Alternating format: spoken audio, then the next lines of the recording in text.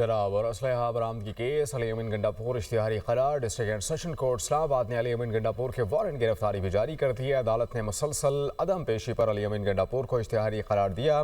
Judicial magistrate مبشر حسن چشتی نے علی امین گنڈاپور کو اشتہاری قرار دینے کا زبانی فیصلہ سنایا۔ علی امین گنڈاپور کے خلاف تھانہ باہرہ کاہو میں مقدمہ درج ہے۔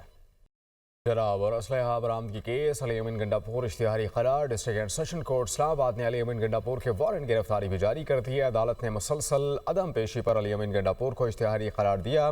جوڈیشل میجسٹریٹ مبشر حسن چشتی نے علی امین گنڈاپور کو اشتہاری قرار دینے کا زبانی فیصلہ سنایا۔ علی امین گنڈاپور کے خلاف تھانہ باہرہ کاہو میں مقدمہ درج ہے۔